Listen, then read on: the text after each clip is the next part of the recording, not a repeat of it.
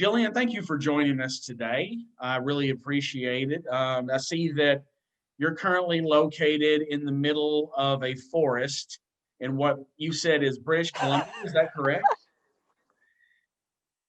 Yep. Yeah, the backcountry of British Columbia. I'm actually between two lakes right now. Oh, that's awesome. Okay, so for people who don't know, because most of the people that Yeah. listen to us are like in Arkansas, and they probably have never even heard of British Columbia, or if they have, it's in small like details. Maybe it was in a movie or something. And know where Twilight was filmed?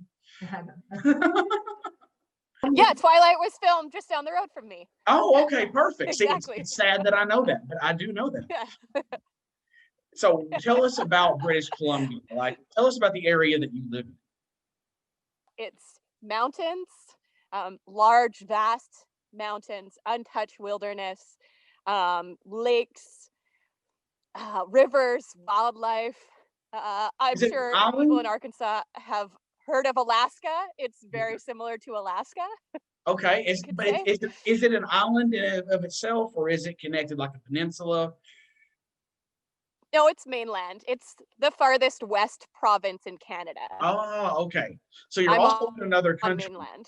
Okay, so we should be aware of that too. That you're in Canada, which explains the accent, which is helpful Yes. for us to know. And Oh so yeah. so That's we're so we're funny. using a southern accent along with a Canadian accent. This should go really well. There'll be one side of us not understanding Awesome. the other soon enough. Kind of have got the accent down from well, I paddled across the United States a couple years ago. I was the first Canadian to paddle across the United States, and so I got to learn the southern accent and all the different dialects throughout the states. So Okay, hold on a second. Now this is worth just for a second. You paddled across the United States. yeah, from Astoria, Oregon, at Yeah. the Pacific Ocean, to Baton Rouge, Louisiana. It took me 150 days. Wow. So you did this, I'm assuming, in a kayak? So I started in a canoe with somebody else, and I ended up solo in a kayak to finish. So where did you lose the other person? St. Louis. Was this a planned loss, or was it just like, you know what, we probably need to part ways at this point because I've been with you for way too long? So there's some backstory to it. I wasn't an original team member. There was a falling out, which I wasn't told of. I was kind of lied to about why the person was by themselves now. And they came to me knowing that I was a professional paddler, photographer, writer, so somebody that could do the jobs of the other three team members that were no longer going. And so I didn't know the person. I was a stranger, or we were strangers. We met 2 days before the expedition. They came Wow. to me because they had heard of me, and all of their sponsors, the magazines that they were working with, had heard of me as well, and they all agreed upon that I would be a good fit for the expedition. And there was a reason that he went through countless people on the trip. I lasted 100 days with the person. Um, yeah, and Is that an kind accomplishment? of Like compared to the other people, did you last longer? yeah. Well, most of them didn't even start the trip, so So that explains your temperament. You must be a very patient individual. and what the plan was once there was no longer room for, in nice terms, his ego and another person within the boat. I just arranged to continue doing my job just from a kayak instead, so that we were separate entities, but I was still fulfilling my duty and still going along on the expedition, Yeah. and accomplishing a goal that was now mine. And once I was in the kayak, I was able to camp somewhere separate. So I camped on a different shoreline on the Mississippi River to get my own time, finally, after over 100 days at that point. And I got to wake up to a text message telling me that if I was to finish, not meet back up with them. And he took all the gear and equipment, all the safety gear, and I was left by myself on the shores of the Mississippi River, knowing no one, having no radios, no solar panels, no battery packs. A week of food I think I had at that point. Yeah, and just abandoned on the side of the river. And you continued on? Yep. I guess you didn't have a Yeah. choice at that point. I don't know what you do in that circumstance. You can't paddle back upstream. So what do? I guess you just continue on and finish just for bragging rights? Just for yourself at that point. You just want to keep going. Yeah, you feel kind of like you're letting people down. There's always two sides to every story, right? And I wasn't sharing how he was treating me. So for me to all of a sudden say that I was abandoned, essentially, Yeah. I was worried that people wouldn't believe me. It was so similar to what I had been in with that abusive relationship. Oh, yeah. Um, that my mental state was thinking, oh well, it'll probably be a similar situation to it. One side says one thing, one side said the other. One's truth, one's not, and people are going to believe what they want to believe. Um, Oh, yeah. and I had all these others. I had sponsors and all my followers and people that believed in me. Um, but I wanted to keep doing it for them, which is a bad way to keep doing an expedition for somebody else, Yeah. because it makes it dangerous because you're not fully necessarily in it for you. Um, but yeah, that's the goal was Miami, Florida. But by the time I got to Baton Rouge, it just was no longer safe, because I didn't have the safety equipment or the knowledge. The other person was the one who planned the trip. They had done all the contacts. I was just brought on to do all this other stuff, all the other things. Um, so it just Right. wasn't safe anymore for me to carry on from Baton Rouge. Hey, the fact that you made it to Baton Rouge is pretty amazing to me. I mean, my goodness. And I mean, I've gone down a river in a canoe maybe for a few days before, and that was hard enough. I can't imagine having to do that, just all the way down the United States with somebody that you don't really want to be with, and then to have a circumstance where it just falls apart. That's a pretty incredible story. And it's probably something we could spend the entire time just talking about in general. Let's get into like the reasons to like why you do any of this. So how did you end up even getting to where you would be paddling across the United States? Why is this even a thing? Um, well, we could start from the beginning. Hey, the beginning's a good place to start. I was born a baby, and How relatable. I know, right?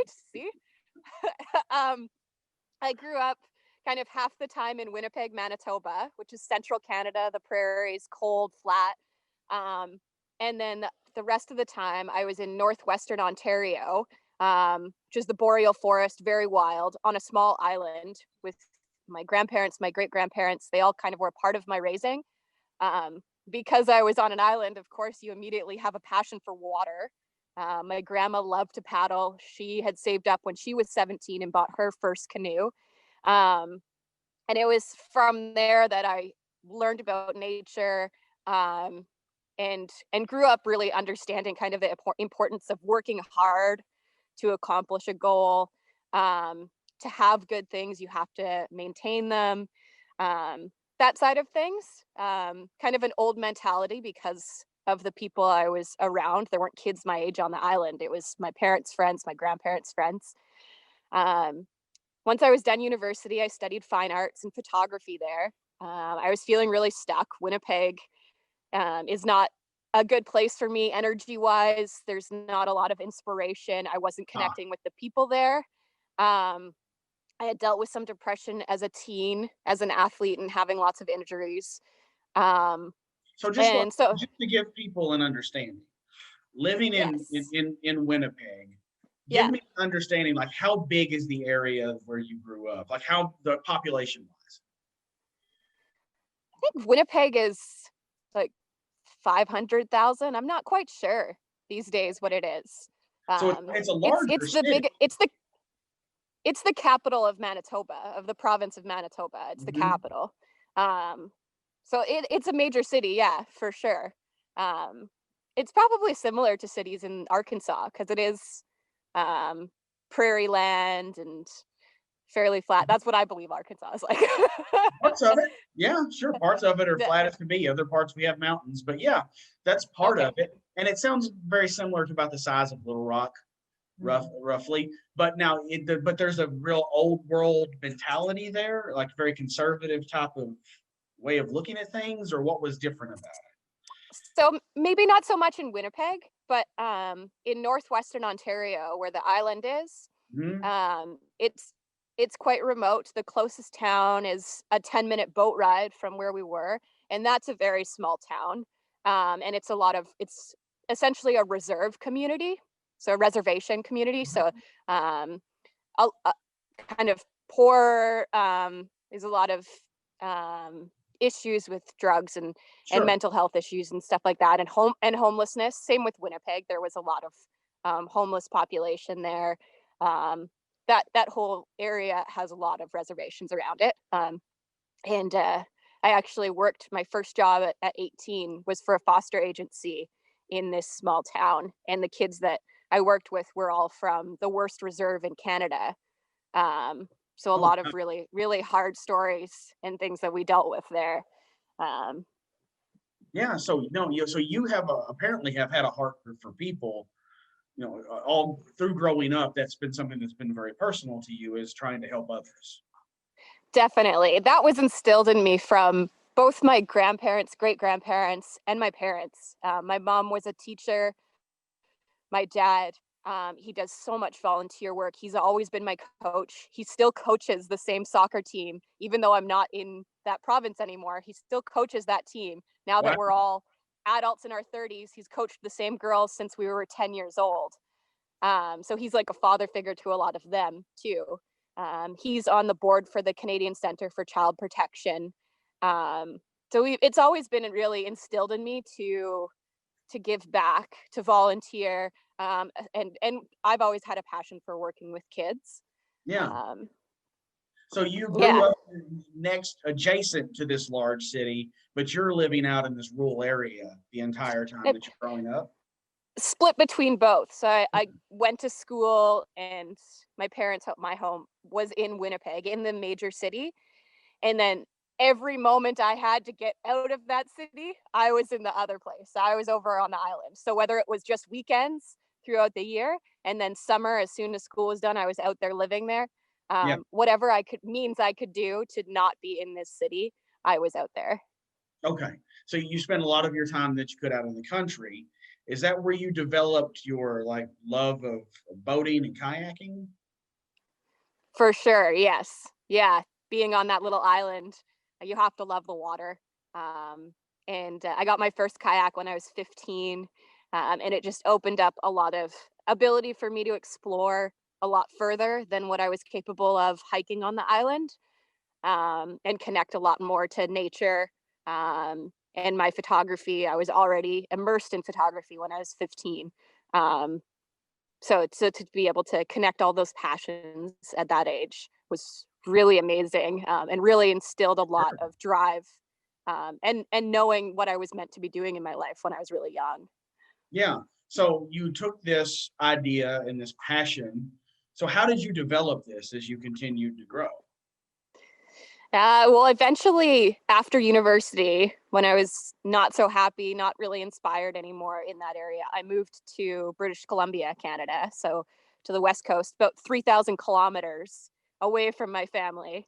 Oh, Um, yeah, sure. I did that. I moved from yeah, Arkansas to Arizona. So I was just trying to get as far away as I could for a while. yeah, it had nothing to do with getting away from my family. It was just that place. The Hmm. energy didn't work for me. I was unhappy there. Um, and yeah, moved to somewhere where I could do all of my passions, be out, active, exploring, discovering new things, connecting with nature, paddling different lakes every day if I wanted to on the ocean. Opened up tons of opportunity for me, a lot more in so many different aspects.